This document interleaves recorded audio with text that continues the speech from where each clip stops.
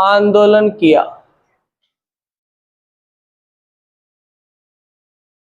जयराम पैसा लिखना, जयराम पैसा मत लिखना। तो ये लो, अभी हमने जो है बहुत सारे देख लिए हैं मेणाओं के,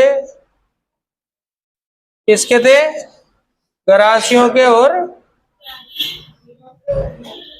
भीलों के, तीन ही है। ये क्या पढ़ा दिया था, किसान आंदोलन हो गए क्या पूरे कंप्लीट पूरे? हाँ, एक बार तुम्हें ना पहले यहां से देखते चलो। तो 44 साल कौन सा किसान आंदोलन चला था? बिजोलिया किसान आंदोलन। और पोलैंड आयोग कौन से बना था? बिजोलिया किसान आंदोलन। ट्रेंच समिति कौन से बनी थी? बेंगू किसान आंदोलन। बोलो ना, तुम्हें पढ़े है ना अच्छे से, पॉइंट बता बता के कल। चलो ये देखो, बेंगू किसान आंदोलन कहां से शुरू हुआ था? मैनाल से। ये एक लाइन अपन ने नहीं लिखी है, लिख ली हो तो वहां लिख लेना बेरुकुंड से। कहां से? बेरुकुंड मैनाल से। बेंगू किसान आंदोलन में लिख लेना कहां से शुरू हुई है? बेरुकुंड। और बेरुकुंड कहां पड़ता है? मैनाल। ये ट्रेंच आयोग कौन से में था? बेंगू में। गोविंदपुरा कहां पे हुआ? रूपाजी करपाजी कहां नमटे? याद है? शहीद हो गए। और यहां पर देखो ट्रेंच आयोग का नाम सुना? ये लो। बूंदी आंदोलन में कितनी लाख बाग थी? 25। उसके बाद डाबी पंचायत कब बनी थी? 20 में। और बूंदी में जो है झंडा गीत कौन गा रहे थे? नानक जी भील। महिलाओं ने भी भाग लिया क्या? लिया। और सुअरों की समस्या कहाँ थी? अलवर में। नींबू चाणा कब हुआ? 14 मई 1925। वेरी वेरी इंपोर्टेंट है, 14 मई 1925। मेवा आंदोलन किस नेता कौन है? मोहम्मद अली और यासीन खान। और संस्था कौन सी है? अंजुमन खादी उल इस्लाम। यहाँ पर बात करें भरतपुर में किसका नाम आता है? बोजी लंबरदार का नाम आता है। मारवाड़ हितकारिणी सभा कहाँ पर थी? किसने बनाई थी? जय नारायण व्यास। यहाँ पर सबसे ज्यादा संख्या आती है लाख बागों की, कितनी? 136। डाबड़ा हत्याकांड कब हुआ? 13 मार्च 1947। बस इतना सा याद रखना है ना, पढ़ रखा है अपन ने ये। उसके बाद में देखो यहाँ पर तोल आंदोलन किससे चलाया? चांदमल सुराणा ने। पढ़ा था ना तोल आंदोलन, 100 की जगह कितने तोला? 80 तोला कर दिया था। और दुधवा खरा आंदोलन में लंबी हड़ताल किसने की? हनुमान सिंह ने। कितने दिन तक? 65 दिन तक। देखो तुम्हारे सामने डाटा भी है, तुम्हारे हाथ में भी डाटा है। और हमारा एक बात तुम्हारे आज तक समझ में नहीं आ रहा का, ये कंपटीशन है, इसमें रिपीटेशन का बहुत महत्व है।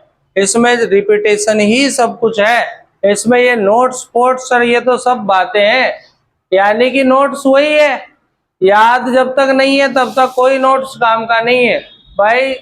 इसलिए ज्यादा से ज्यादा जोश के साथ रिपीट किया करो। सामने वाला चिल्ला रहा है, तुम जो है कथा सुन रहे हो, तो फिर वो मजा नहीं आता। 2-4 बच्चे कोशिश कर रहे हैं, तो ऐसे नहीं होता। देखो यहाँ क्लास है, यहाँ पर अपना आपका मेरा शर्म की कोई बात नहीं है। यहाँ आप क्लास पढ़ने आए हो, यहाँ शर्मने नहीं आए हो। इसलिए आपको कोई, ना तो लड़कों को लड़कियों की शर्म आना चाहिए, ना लड़कियों को लड़कों, क्योंकि तुम बुरा काम थोड़ी कर रहे हो। तो फिर काय किस बात की शर्म आती तुम्हें बोलने में? ऐसे मुंडी करके बैठ जाते, 2-4 तो यूं ही निकालते ऐसे, ये क्या है? तो भाई प्रयास करो यार।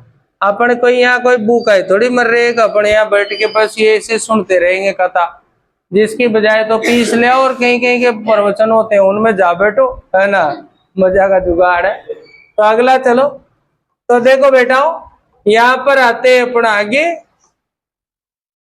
हाँ, तो किसान आंदोलनों का महत्व थोड़ा बहुत याद रख लेना है कि भाई इससे राजनीतिक चेतना बढ़ी, इससे किसानों ने करों के विरोध किया, और इससे जो है अनेक प्रकार के जो जुल्म थे वो कम हुए। ये थोड़ा अपने दिमाग से कॉमन सेंस वाली बातें लगा देना।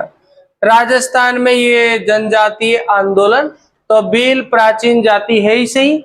बाणभट्ट की जो कादम्बरी में भील शब्द प्राप्त होता है, कथा सरिसार में भी भील शब्द प्राप्त होता है। ये ऐसे प्रश्न तुम्हारे नहीं आते हैं, ये शब्द वब्द वाले प्रश्न तो फर्स्ट ग्रेड में आते हैं। बस तुम्हारे तो आता है जेम्स टोड ने भीलों को क्या नाम दिया था?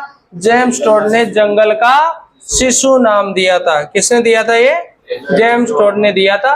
यहाँ पर जो है संधिया हुई थी, याद है आपको? पहले पढ़ चुके हैं अपन 1818 की संधिया।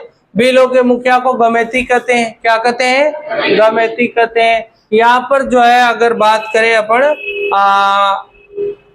आपको यार एक चैप्टर जनजाति वाला नहीं पढ़ाया है ना, मेन चैप्टर में आता है वो। तो चित्रकला वित्रकला में तो क्या है, देखो बेसिक जाते, मतलब 2-4 पॉइंट याद रखने हैं, ज्यादा आएगा नहीं। चित्रकला बोलिया साहित्य 2-3 बार हो ही चुका है ना, और वो सर ने भी कल परसों फिर रिपीट करा दिया थी कि तुम्हारे बोलिया, है ना। तो एक जनजाति वाला चैप्टर और पढ़वा देंगे उधर की क्लास में, ठीक है। बोलिया रिपीट कराई थी क्या तुम्हें? देखो समय है 10-15 दिन है तुम्हारे पास, और हम तुम्हारे लिए जितना कर सकते हैं उतना करेंगे, है ना। जिसकी किस्मत होगी वो लग जाएगा, जिसकी नहीं होगी बस ये आज ये क्लास का सेशन तो हमारा आज और कल में निपटा देंगे अपन। फिर परसों से बस केवल आपको एक बार बेसिक क्वेश्चन की रिपीट कराएंगे। जो सीधे सीधे क्वेश्चन है, सभी सब्जेक्ट के क्वेश्चन एक बार हम रिपीट करा देंगे। चैप्टर वाइज 10-10, 15-15 क्वेश्चन मोस्ट है ना। ज्यादा ऐसे नहीं कि सारे कराएंगे, नहीं कराएंगे। जो वेरी वेरी इंपॉर्टेंट क्वेश्चन है ना वो कराएंगे, बस फिर अपना काम खत्म। तो देखो ये नाम सुना आपने गोविंद गुरु का, किसका? पहले चैप्टर समझ लो तुम पूरा, फिर बाद में लिखाऊंगा इसको मैं। गोविंद गुरु का नाम क्या है? गोविंद गुरु भगत आंदोलन चलाया। कौन सा आंदोलन चलाया? ये गोविंद गुरु है। इनका जन्म 20 दिसंबर 1858 को बंजारा परिवार में हुआ। कौन से परिवार में हुआ? बांसिया गांव के थे। कौन से गांव के थे? बांसिया गांव के। संत गुरु राजगीर को इन्होंने अपना गुरु बनाया। बेडसा गांव में इन्होंने दूणी स्थापित करी। क्या स्थापित करी? ये हमारे फर्स्ट ग्रेड में, सेकंड ग्रेड में, थर्ड ग्रेड में 3-4 बार ये प्रश्न आ चुका है। इनकी दूणी कहाँ पर थी? बेडसा गांव में। भीलों को आध्यात्मिक शिक्षा, यानी कि मेन चीज है शिक्षा। इन्होंने कौन सा काम शुरू किया? भीलों को शिक्षा देने का। ये क्वेश्चन तुम्हारे राजस्थान पुलिस के पेपर में कितनी बार पूछा गया कि भीलों को शिक्षा देने का काम किसने शुरू किया भैया? तो वो कौन है? गोविंद गुरु या गोविंद गिरी है, उन्होंने किया। अब अगर हम बात करते हैं कि यहाँ पर आरंभ में जब इनकी शुरुआत होती है, तो ये गोविंद गिरी भी शुरुआत में संत माऊ जी के भक्त थे। किसके भक्त थे? और संत माऊ जी का जो लसोड़िया आंदोलन चल रहा था, तुम्हारे क्या खुशी हो रही बेटा? थोड़ा ध्यान दो, पढ़ाई ध्यान दो, फालतू बातों पर ध्यान मत दो, है ना। तो लसोड़िया आंदोलन रिपीट करो, इनको पॉइंटों पे फोकस करो, कैसे याद कर सकते हो, मेन बात ये है। तो लसोड़िया आंदोलन जो चला था, और ये लसोड़िया आंदोलन कब चला था? 1714 में। ये जो लिखा हुआ है ना, ये 1 करोड़ का सवाल है। कितने करोड़ का? 1 करोड़ का। तुम आज ढूंढना किताबों में, अड़ के नहीं निकले, और जो नहीं निकले वही 1 करोड़ का होता है डायरेक्ट। दयानंद सरस्वती से प्रभावित हुए और यहाँ पर जो है समाज सुधार के काम करना शुरू कर दिया इन्होंने। 83 में कौन सी 83? लेकिन यार ये आंदोलन चला था, प्रभावित तो बाद में हुए, है ना। और यहाँ पर 1883 में कौन सी सभा बनाई? उसी से जुड़ा हुआ नाम क्या है? तो 1883 में इन्होंने जो है डूंगरपुर में गोविंद गुरु के द्वारा कौन सी सभा बनाई गई? 1905 में सम सभा का जो स्थापना। तो ये यहाँ देखो 1883 तो गोपीनाथ शर्मा ने मानी है, जबकि भंडार करने क्या मानी है? आप देखो ये अगर प्रश्न ऐसे घुमा दे तो हवा निकल जाती, पर आपको तो 83 याद रखना। डॉक्टर वीके वशिष्ठ ने कभी कभी गिरी की सम सभा की स्थापना ही नहीं मानी है, कि ऐसा हुआ ही नहीं है। तो अलग अलग इतिहासकारों के साथ अलग अलग है, पर अपन तो केवल किस पे बात करते हैं जो एनसीईआरटी में भी मिल जाता है अपने को। कौन सा वाला? बाकी मैंने यहाँ 3-4 नाम के स्रोत भी लिए हैं, तो भाई इस आदमी ने ये माना है। आगे बात करते हैं कि यहाँ पर जो है भगत पंथ जो है वो है बेगार कार्य वगैरह, तो ऐसे तो क्या काम किया? एक तो शिक्षा का प्रचार किया, एक शराब छोड़ने पर बल दिया। कहीं पर बल दिया?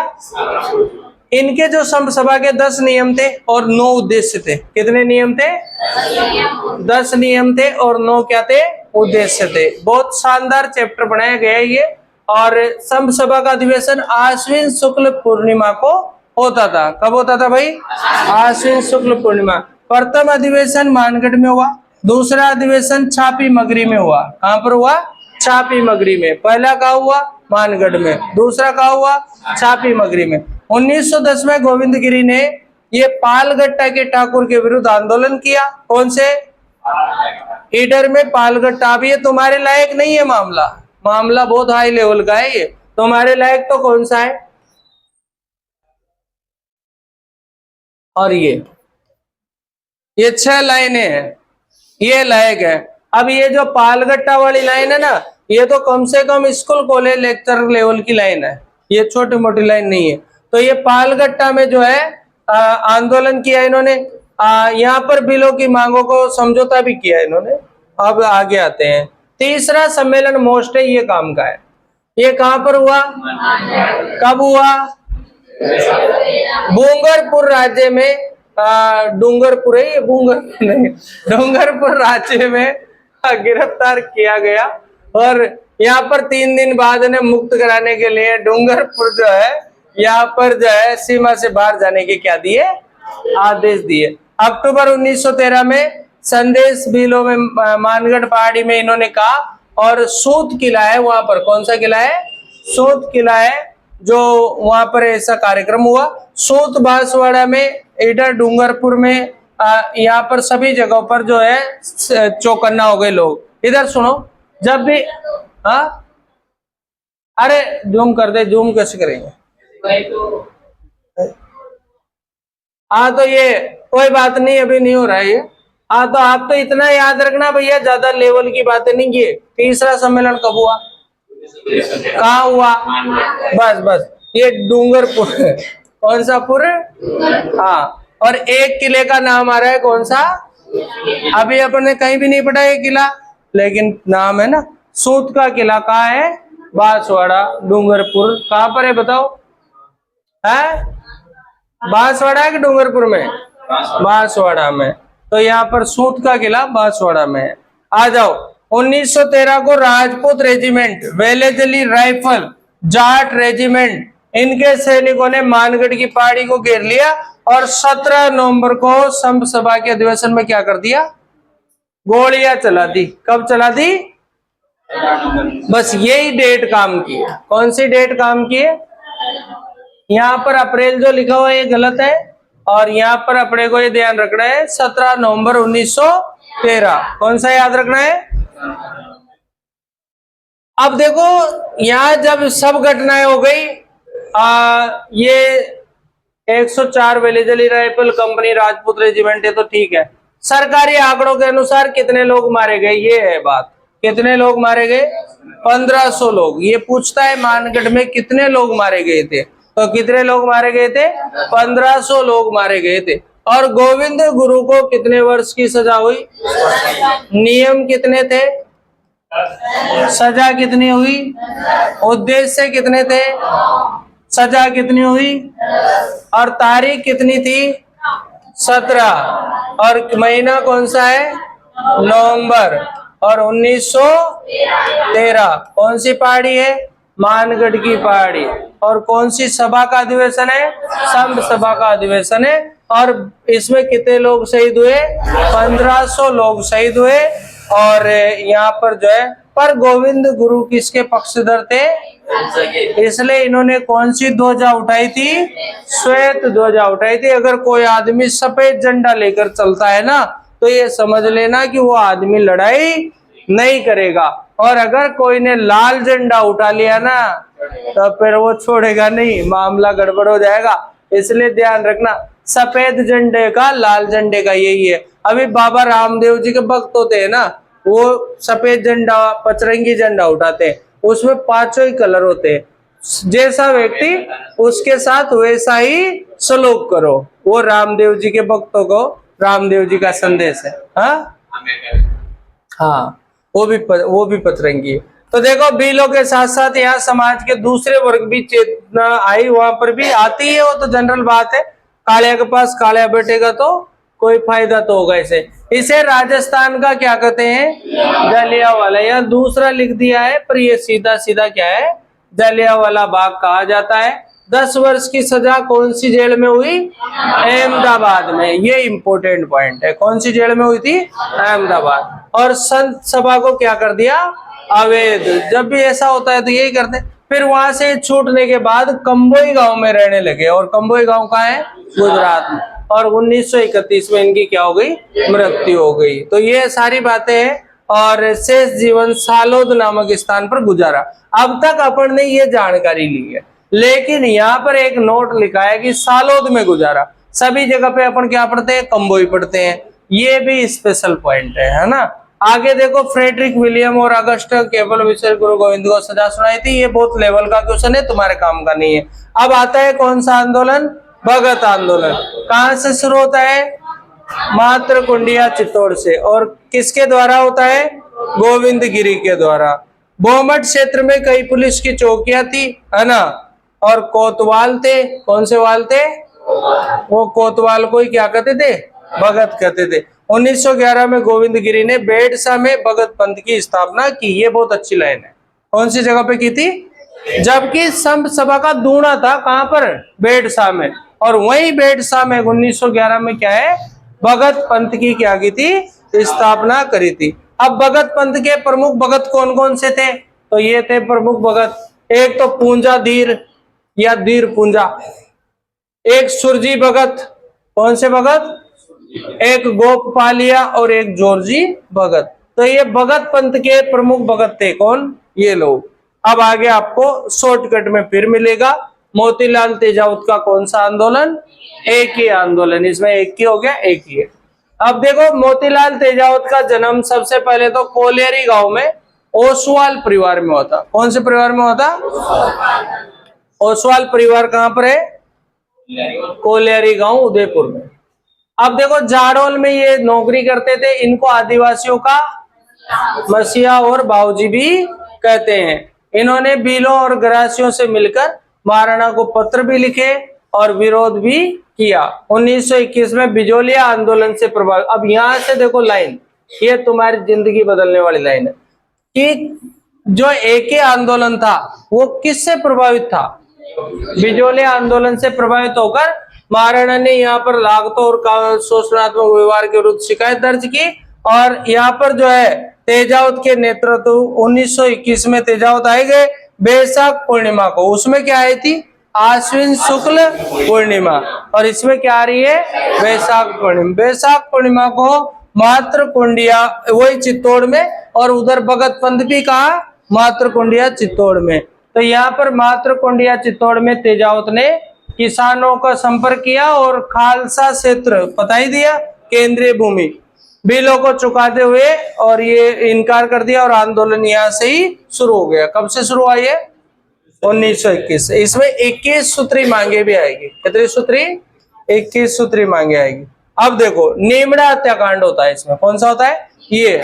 इसकी डेट जो आपके सामने दिख रही है ये 6 मार्च है। आपकी किताबों में मिलेगी 7 मार्च। क्या मिलेगी, ये जो फोटो है आपके सामने 11वीं 12वीं क्लास की हिस्ट्री की किताब का फोटो है। कौन सी क्लास की, अतः इसमें 1% भी गलती का चांस नहीं है, क्योंकि एडिटेड फोटो है। उसके बाद में देखो, यहाँ पर कितने लोग शहीद हुए, 1200। ये भी 12th क्लास का ही है, अपनी तरफ से नहीं है।